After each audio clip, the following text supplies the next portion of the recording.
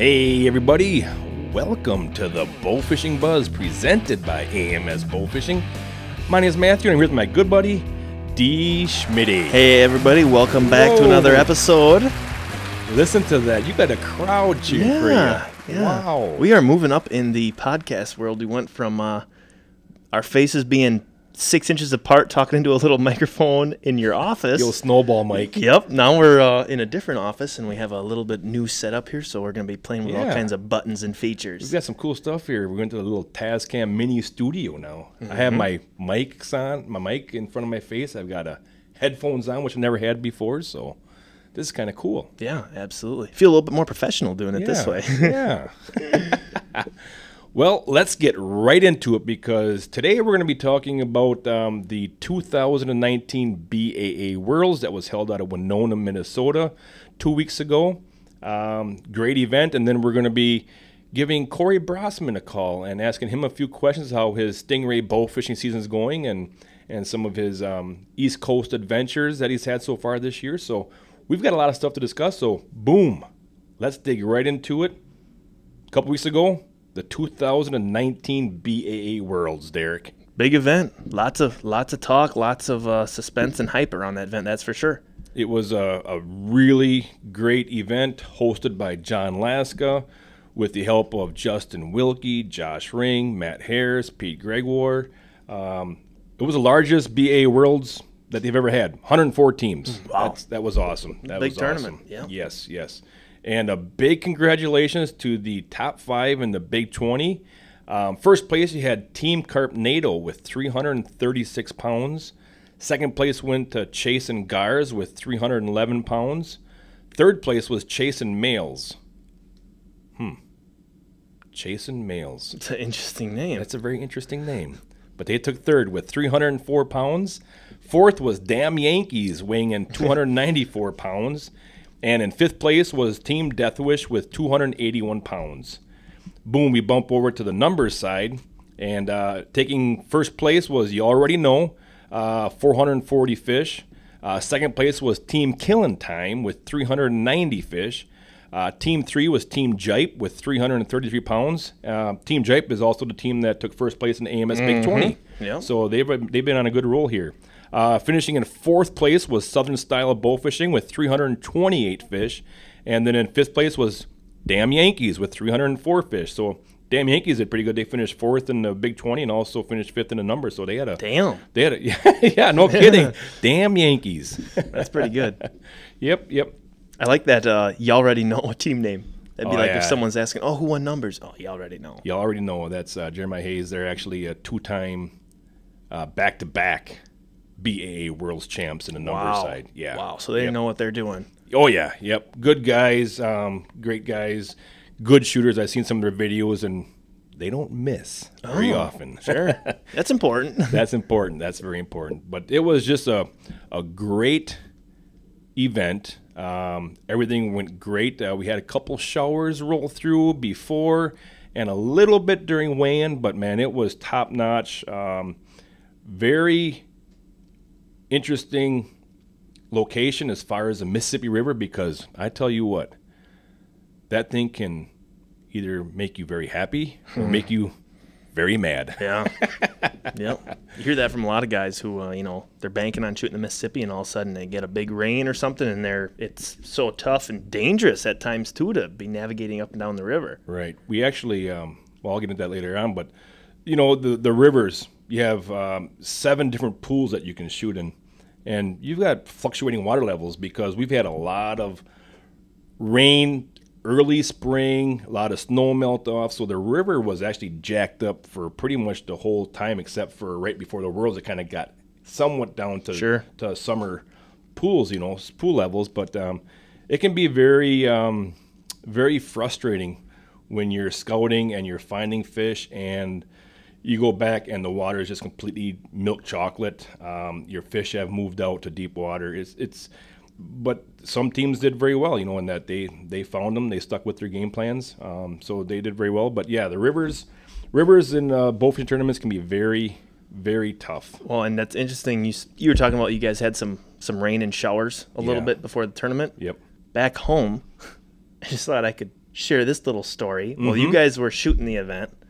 I was at home because, lucky me, I got to get my wisdom teeth taken out. Yes, you did. Yep. So Dad and I were at home, and it was storming so bad. Lightning, thunder.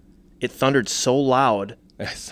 We lost power immediately. Okay, Right. lightninged out, and I was opening my mouth to say to Dad, like, holy cow. And then, boom, the house just shook. And all of a sudden, we heard a loud bang and, like, glass cracking.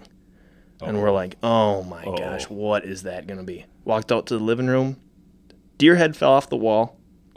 Skewered the TV. Ooh.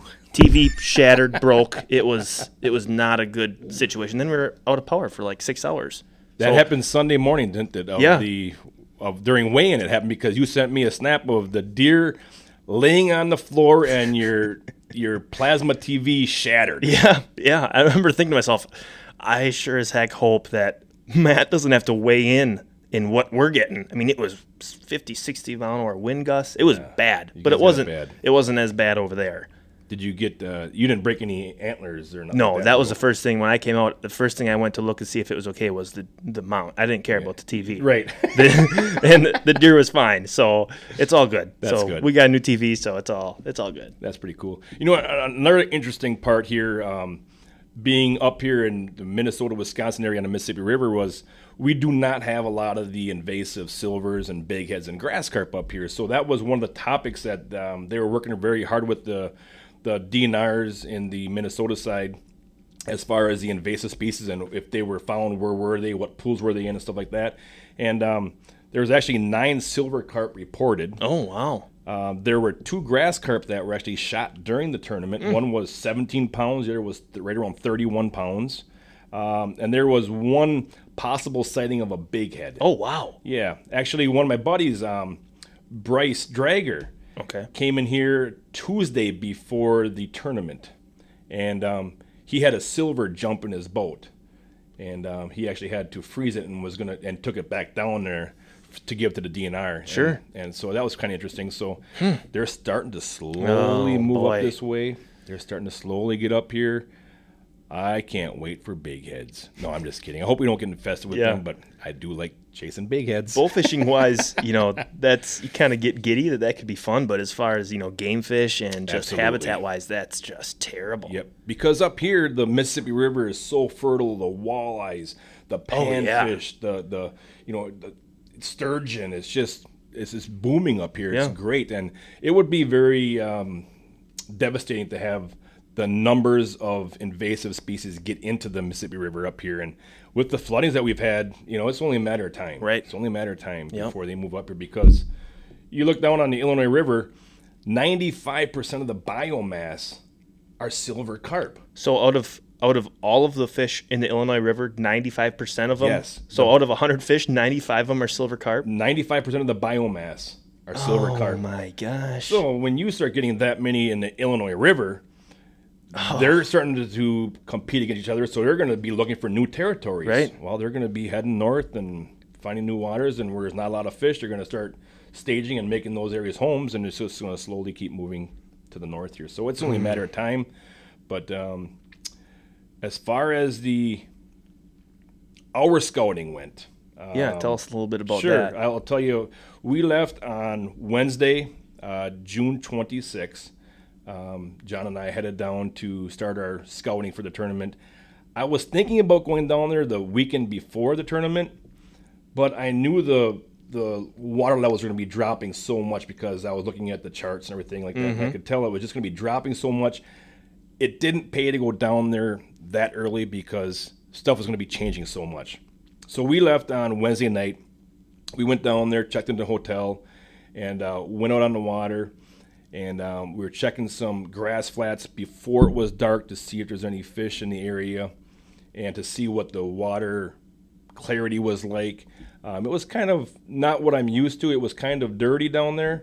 We were going to buzz back up and start checking some islands and wing dams and stuff like that. So, I've been down there several times in this area there, and I started the motor up and put the throttle down, and I was 10 feet from a channel marker.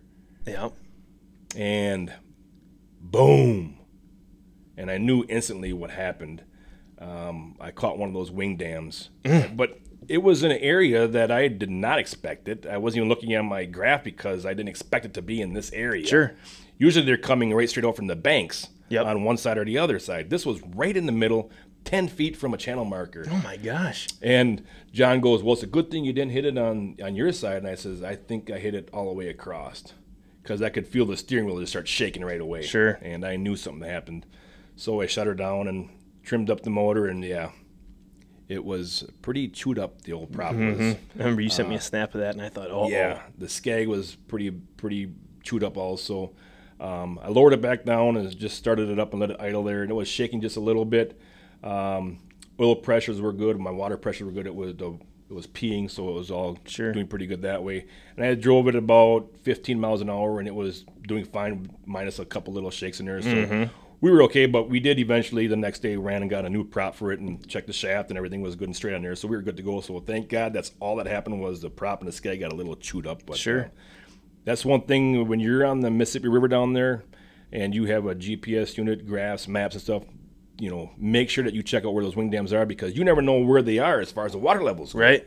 You know, it's crazy. You hear more horror stories like that about wing dams than I think anything else as far as people hitting props and stuff like that. And especially now when there's such a current, you can actually see the breaks where they are on the shorelines, but out in the middle, I couldn't see that. And, you know, it was getting dusk and stuff like that, so crazy. First time I ever hit a wing dam. Yeah, wow. But it was cool that whole night we spent in the area there, and we were seeing fish. I actually saw grass carp. Oh, did you? Saw grass carp. That's So cool. it was a nice grass carp. That's the first grass carp that I've ever seen in Wisconsin. So I was probably kind of pumped up to see that. But we saw some good fish, but not a lot of fish. In this area, we easily could have shot 20 fish, and we were kind of figuring nothing huge as far as weights. We saw a couple good fish, but we were figuring we could at least get a 15-pound average in this area here. So the next day we drove and we checked out some different areas way to the north, and looking at the maps and stuff like that, we found one area that we wanted to go check. So we went to check it during the day to see what it looked like during the daylight. I always like to do that and make runs during the daylight so I can see what it looks like. Yeah. And we actually pulled into the boat landing, and there was a car sitting there, and there was 3 older gentlemen sitting in there. And they, of course, they look at the boat, and they're like, oh, you're going to go bow fishing and stuff like that? And we're like, yeah, we're going to go out in here and scout, and stuff like that. We're not going to be doing any shooting. We're just going to be looking for fish. Yep. And they say, well, you're in the right spot. I'm like, oh, really? He goes, you bet. He says, they commercial net this all the time. Every year they come in here and commercial net it, and they pull out thousands of these big buffalo carp. Really? Well, I'm sitting there thinking, well, if they commercial net it, there's probably not going to be any fish in here. And then he goes, but they didn't come down here at all this year because of the water levels. So there should be a bunch of buffalo carp in this area. I'm thinking, you hear this story way too many times. I was just going to say, you hear this from fishermen and locals about how there's 6 million carp in a back little bay. You hear that all the time. Right. So I don't take that for much anyways. Sure. So we went out and we were kind of checking out during the daytime and see what the water levels were like, what the water clarity was like, and it looked like a great spot, just a beautiful spot, lily pads, grass. You had cuts coming through from the main channel where it was clear water. Some spots were a little dirtier than the others, but it looked like a great spot. There were some V's that we could see that we were pushing a couple fish here and there and stuff like that, so we were going to come back and check it at nighttime. So we went back to the motel room and took a little nap and got something to eat, and then we went back out to a different boat land that we were going to check first. All right, so we're sitting there and we're checking the radar, and we can see it's storms are blowing up pretty good just to the west of us. Sure. And it's right on top of us. So we were waiting in the boat landing, and it started to rain. Pretty soon a boat came in, another boat came in, 3 more trucks and boats pulled into the boat landing, all bow fishing boats, at the same boat landing. And it was pouring and lightning and thundering like crazy. And then it finally stopped, and then everybody started getting ready to put back in. And then I looked at the radar, and I'm like, it's coming again. Yeah. There's another line coming. So it started pouring again and just going crazy. And I was like, I'm out of here. Yeah. There's 7 boats here ready that are going to be checking this spot out here. I'm going to go back to the old spot and check that out. Sure. And I looked at the radar, and it wasn't storming up in that area. So we drove all the way back up there and put in. Wow. that was a waste of time. Really? Yeah.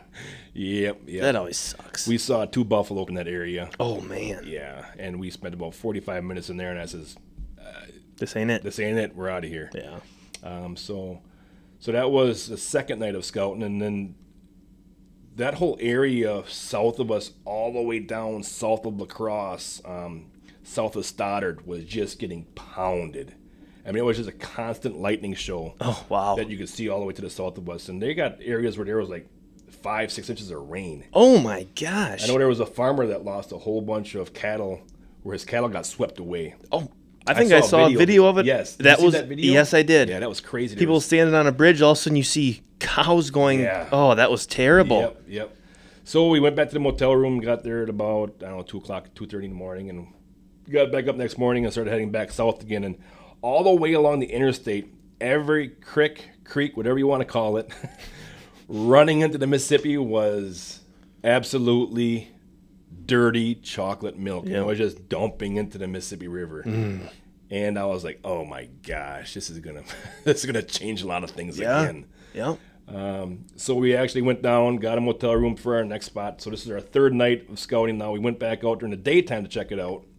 And water was actually very clear. We saw some buffalo carp during the daytime. We saw a couple of carp during the daytime.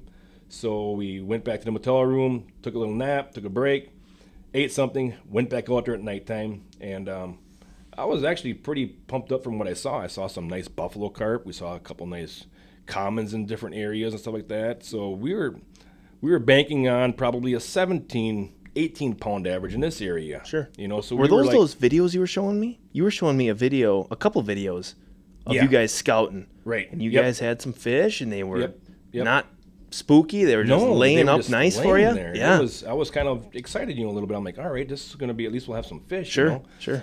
So come tournament day, we went down there at about 1:30, 2 o'clock, and we set up the AMS tent and canopy, and we were selling some stuff, and it was great. We sold a lot of products, a lot of arrows. And this is one of my most favorite times right before takeoff is when all the boats are coming in.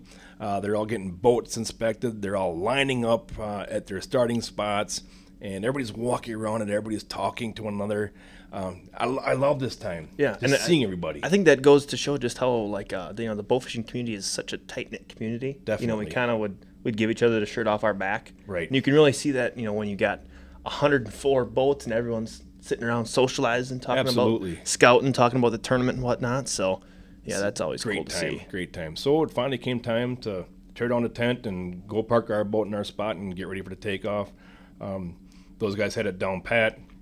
They had the police escorts us out of there, and they had everything. I think 104 teams were out of there in 15 minutes. So that was pretty cool. Yeah. Yep. Wow. So we get to our spot. We unload the boat. We get out in the water, and we've got an hour and 45 minutes before it gets dark out. Oh gosh, yeah. Yeah. So we went into some back sloughs to see if we could catch some daytime carp, and there was carp in there. Was there? We just couldn't see them. Sure. You could see them hitting the weeds and taking off, but the water, like I said the day before with all that rain, everything was getting dirtier and dirtier by the minute. Mm-hmm. So we couldn't see these fish. We came down to the point and I shot a 7-pound gar, and then we just decided to sit there and wait for it to get dark out and before we turn our lights on. Sure. One of my buddies I saw came down around me and was staging in his spot too. Wayne Swim and his team. Oh, okay. We're getting staged up down there, but it was like 45 minutes before it got dark out. 35 minutes before it got dark, good, and started to get dark out. And I look up to the north and I see a light on already. I'm like, oh man, somebody's got their lights on already. Oh wow, yeah. And I could see about 6 other boats, in the area with their nav lights on and stuff like that. Sure. But here comes this boat through the middle of everybody with his lights on. I'm like, oh my gosh, this guy's starting way too early. These fish aren't letting them move into here. Right. I'm like, oh my gosh. So finally, another boat turns his light on. Another boat turns his light on. Finally, I'm like, okay, it started getting pretty good at dusky in there in that witching hour. So so we turned our lights on and we started working. And there was nothing around. Really? Yeah. There was nothing like it was Wednesday night, Thursday night, or Friday night. I learned something that night, and remember that, because that's something that you should always try to do when you're out in the water. Is each time you're in the water, try to learn something. Mm-hmm. Absolutely. Our fish have all moved. We saw one nice buff that got away from us, and I think I saw a couple of smaller buffs, but all of our fish were just gone. We ended up finishing in 26th position. We had to weigh in suckers.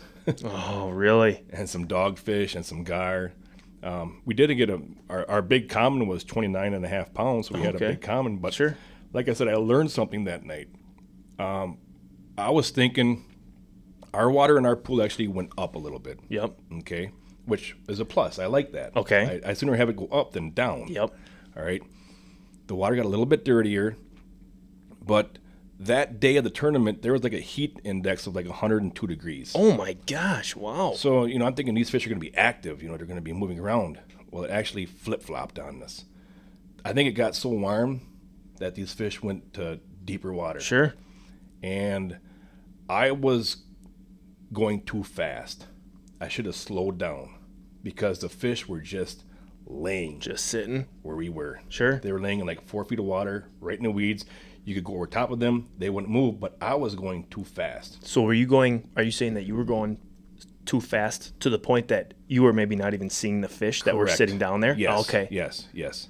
I started to panic a little bit. I wasn't seeing fish, so I was trying to cover more ground. Yep. Okay. And it's totally understandable. I'm trying to go faster so I can see where these fish are, try to find them. Right. And I actually should have been slowing down. Sure. We went to a spot where on Friday night we saw all these fish right on the bank, just completely sitting still in about a foot of water. Wow. Saw some nice fish, and we went through there. Not a single fish. Really? Nothing. Yeah. Nothing. We ended up finding our fish out in about 5 feet of water, and I had to go to a crawl with the fan. I had to keep turning the fan back and forth, so we were just barely moving. And then you could look down and you would spot those fish. Sure. You just see a scale or a tail. They weren't moving at all. Right. They were just sitting right there. Wow. And we shot a couple of our fish there. We missed some fish, but that's river tournament shooting right there, man. Yeah, absolutely. Like I said, always try to learn something every time you're on the water. I learned a big thing that day. I was thinking this warm weather is going to get those fish a little more active. It actually made them really sluggish and wanted to cool off. Sure. Because I think it was so warm during the daytime. I think that's something you mentioned, that you guys weren't finding fish. Tournament night, you're kind of getting stressed out. You want to get moving and get finding those fish. I think that is absolutely what anybody, their state of mind would be if they're fishing a tournament and they're not finding fish. Yeah. So that's a very tough strategy to realize is, okay, actually we need to slow down. Right.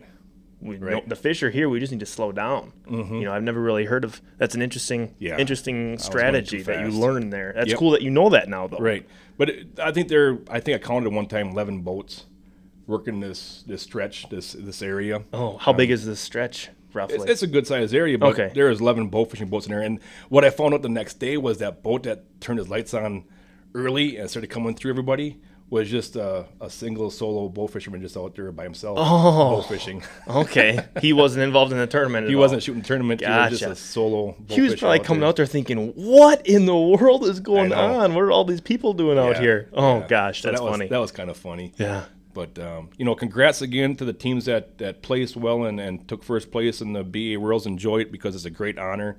It's always cool to say, yeah, man, I've been a BAA Worlds champion. So sure. So congratulations to Team Congratulations. And awesome. You already know. Good job, fellas.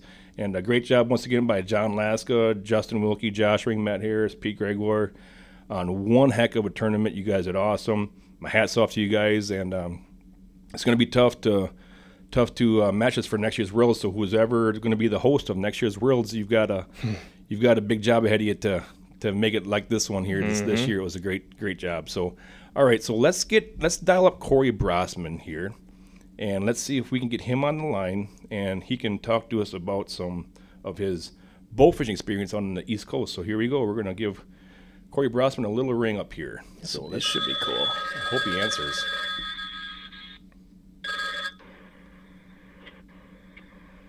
Hello? Hello? Hello? Hello? Hey, Corey, this is Matthew. How are you doing? I'm good, buddy. How are you? We are doing great. We are doing great. How are things out on the East Coast? Hot, but we have no rain, so that's good. Not complaining. Things are well. How about out there in Cheese Land?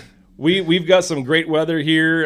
Couple of rain showers here and there. We've got a lot of rain, so hopefully the sun heats everything up. But it's nice here. It's in the 80s right now. A beautiful sunny day. So just giving you a call here for the Bowfishing Buzz Podcast, Corey.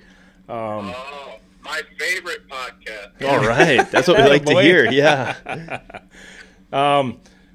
You've always been a great friend of mine for several years. We've gone on some awesome bow fishing experiences, and you always come and help us out at the AMS Big 20 with a bunch of prizes. And this year you were DJing there, and I want to thank you for that. It was awesome having you guys up here, and I actually had the guys that are running the Worlds. They actually texted me and said, "Who was the DJ you had? Because we'd like to have them come down here for the Worlds." Yeah, I talked to John a little bit, and unfortunately, the schedule I have just wouldn't allow it. Sure. Actually, the DJ thing's just kind of a side thing. I really enjoy doing. I love watching people have a good time. I love watching people smile, and doing the DJ gig.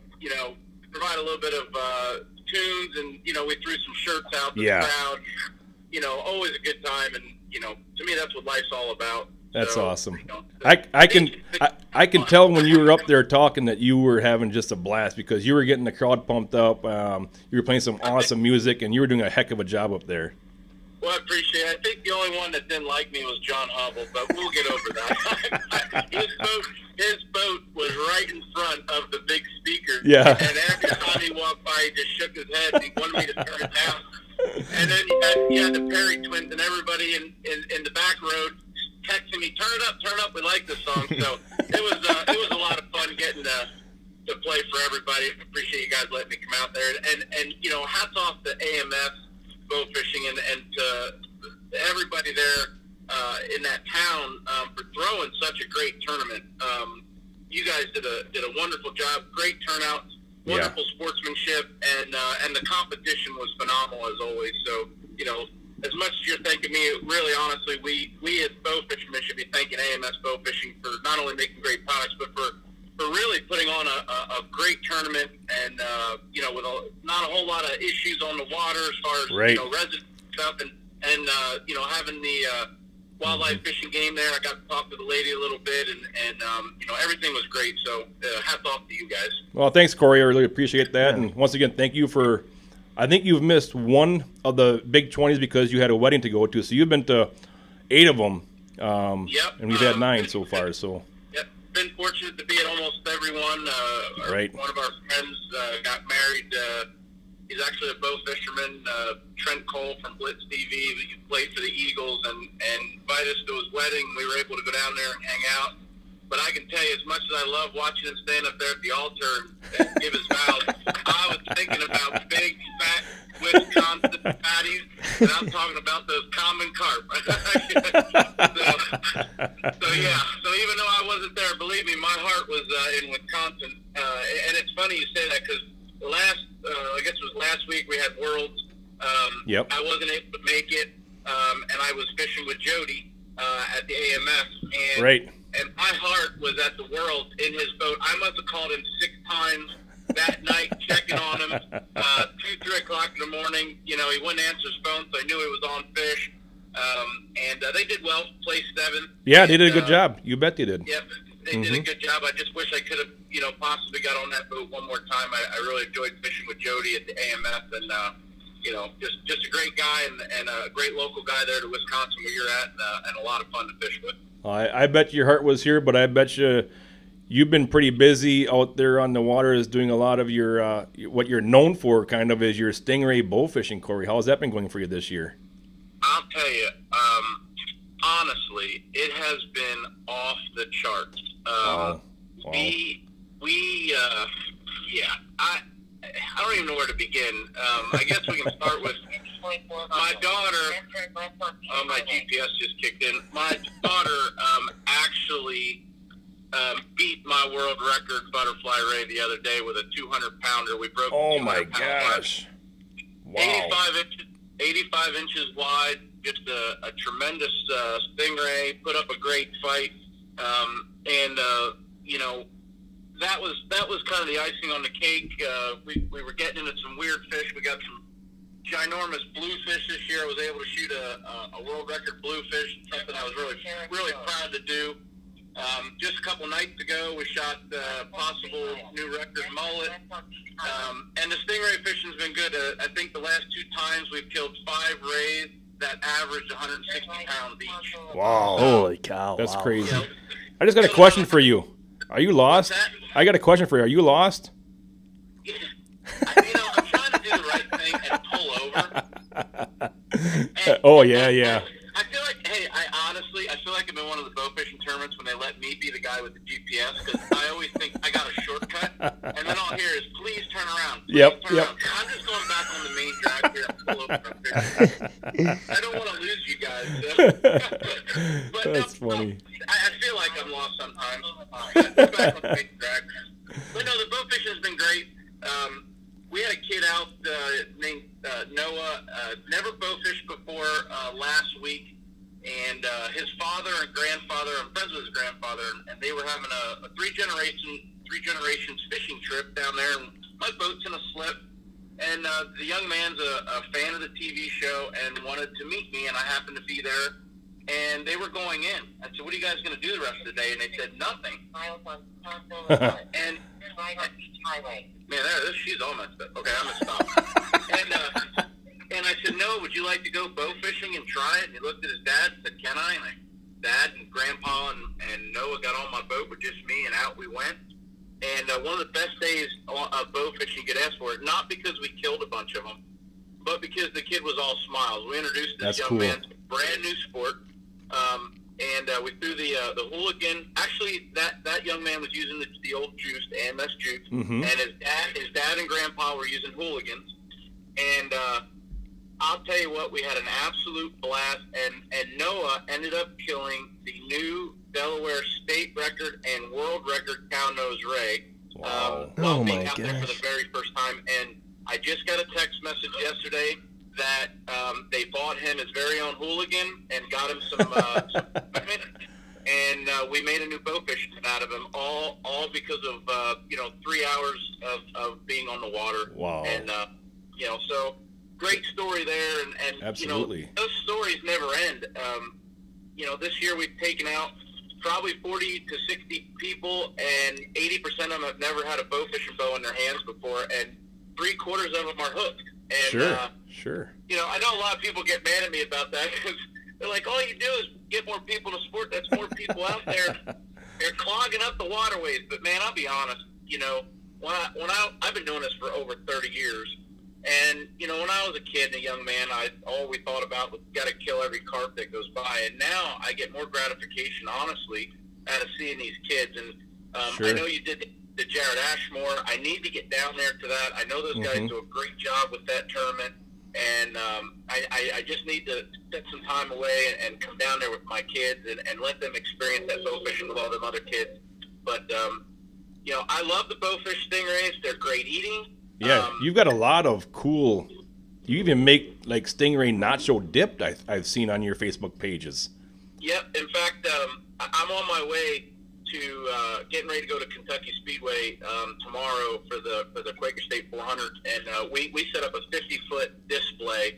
We bring the Innerloc boat there. We've got the AMS hooligans up on the boat on the mannequins, and we talk bow fishing to the race fans. That's awesome.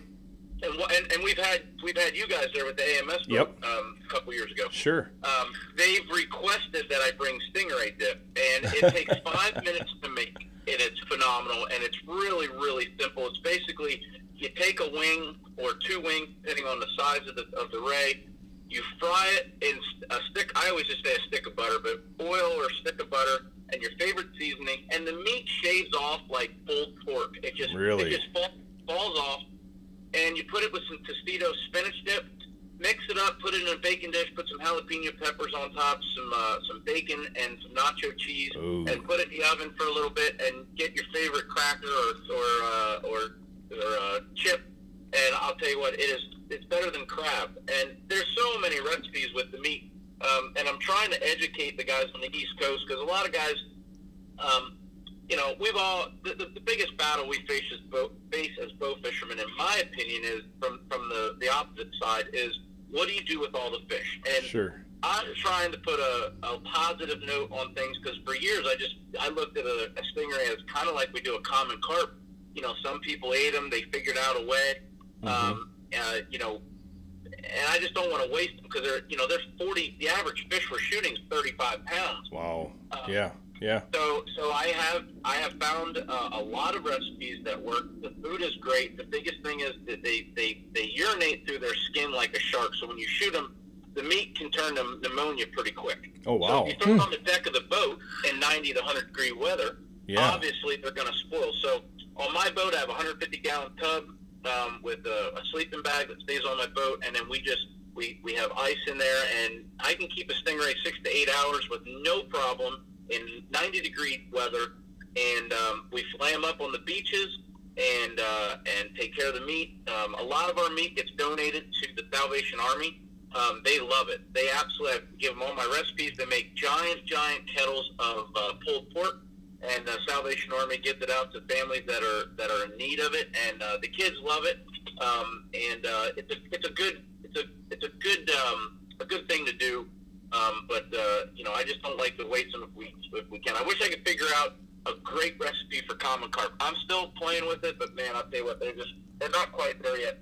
Have you experienced with carp nacho dip? Not yet. But we have. I have some ideas. I just try. Absolutely. We try to take the carp to the farmers for fertilizer. We've got some zoos that'll take it. A lot of trappers will use it. But for the stingrays, for the most part, with the stingrays, we do eat. I'm going to say 90%. I'm not going to say a couple of them due to inclement weather. We're coming in and down here with these storms that we've got to dump fish. But 90% of them, and those big giant butterfly rays are phenomenal. You could take that meat right off of the bone. Well, there's no bones, but right off the ray and throw it right on a grill with some Montreal steak seasoning, and you couldn't tell the difference between that and really, I don't want to say chicken, but a lot of it like chicken. Wow, that's awesome that you're able to use the meat from the stingrays, because that's pretty cool that it's that good, I know and everything we shoot flounder at times, and the bluefish are good eating. That's awesome. Just a little bit different, something a little bit different here on the East Coast. Heck yeah. I know when I was out there with you probably 5-6 years ago, we put some stingray on the grill and had it up that way also. We had steamed stingray, and that was really good.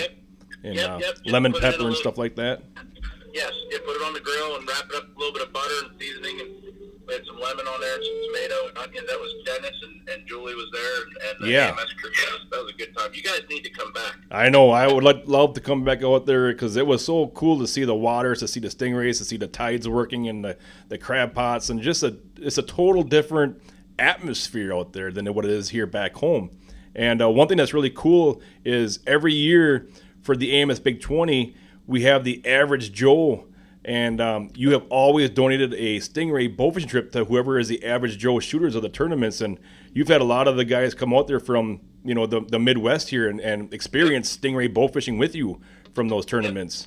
Yep. Basically what we do is we give them a couple of days to hang out with me and get to know me as a person, and as a bonus we take them out and show them some stingrays. And the greatest part about that is I got to meet some great people, a lot of people from the Wisconsin Bowfishing Association that I get to see every year at AMS. And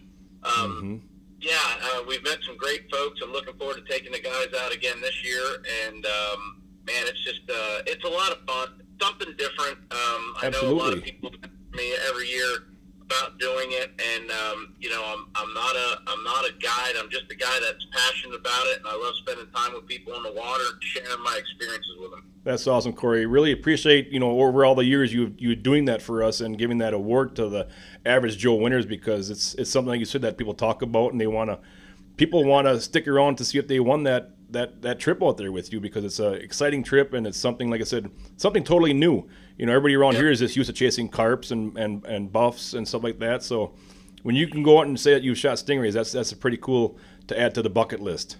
Yeah, and you know what amazes me, when the Midwest guys come out, if they've never experienced them, they always ask what it's like when you fight one.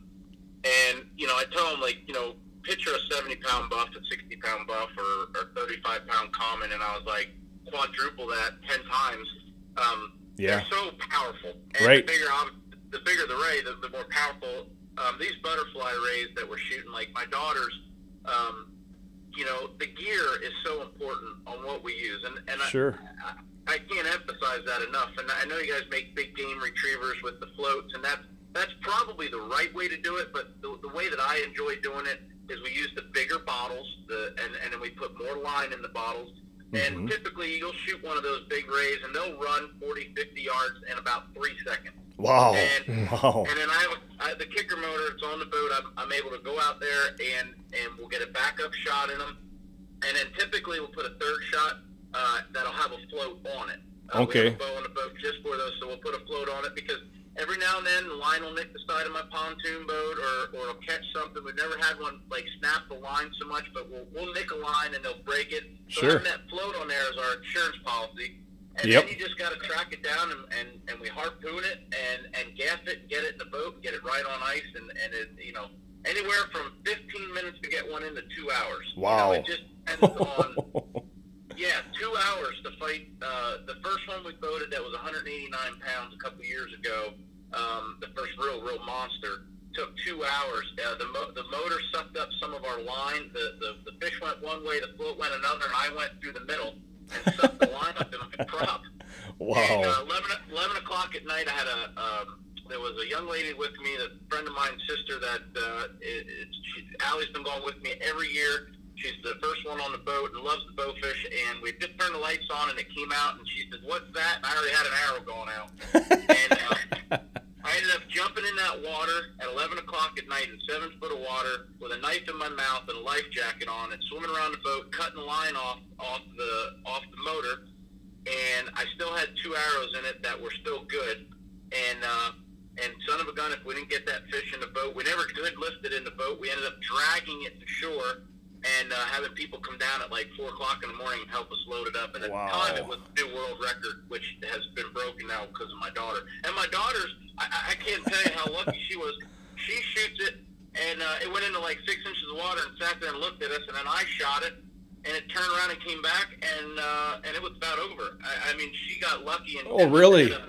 Yeah, that hooligan drove enough punch to get everything in there, and must have got long, I guess, and the fish expired pretty quickly. So, yeah, we were pretty lucky, you know. And, you know, it is what it is. I mean, those fish it's a different animal. I'm not recommending anybody just go out and try it without having the proper gear. Yeah.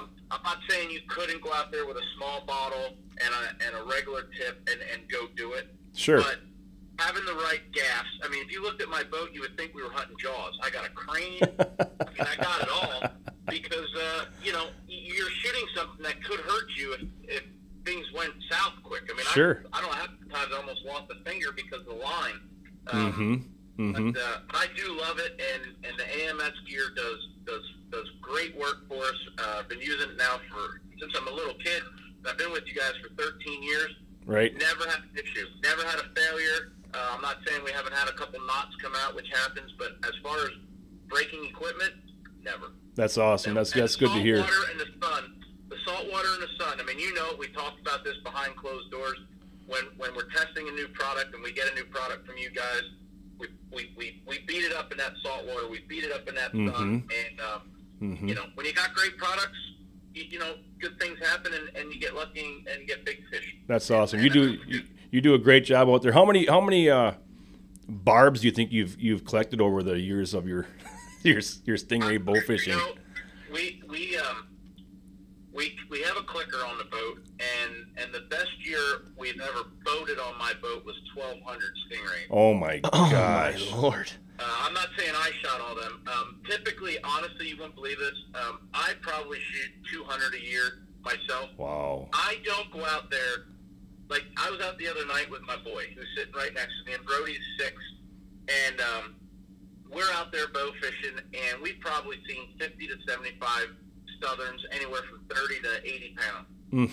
I had more fun driving around, seeing the ray, and letting him shoot and miss and shoot and miss than I did if I would have shot. I shot 2 or 3 of them. I'm not out there trying to eliminate all. I truly love and learning about them. Yep. There's so many tricks that I've learned over the years, and there's Absolutely. more variables in the stingrays, in my opinion, than common carp. I mean, I guess it's pretty much the same, but we have tide, wind, and moon. Sure. And you have the food. The food changes drastically. You know, these all the stingrays, the 5 different species eat such a different variety of fish. 1 minute they're feeding on shad, 1 minute they're feeding on clam, 1 minute they're on oyster beds, 1 minute they're on crabs, and I've learned to stay with them. And this week's there's a couple outfitters down by us that's really good, and you know, they were struggling, and we talk, and you know, where it helps is I'm on the water every day, and I try to explain that we try to follow that food and do something different than just beating up the same bank every night. Right. You know, Mm-hmm. just like carp. You know Absolutely. how it is. I mean, one minute you're on the river down there, and the fish are up shallow, and the next minute, you know, you look out and the AMS boat's out in the middle. Well, why are you out in the middle? Right. That's where the fish are. Yep, absolutely. And we were just talking about that before we called you, Corey, was you try to learn something every time you're on the water. Try to do something a little different, because stuff moves around. Barometric pressures changes, feed patterns change. So always try to do something different every time you're on the boat. Try to learn something when you're on the water. A great tip for bow fishermen who are listening. Right. You know, one of the biggest things I learned is how fast weather can dictate activity. And Absolutely. I don't care what that is.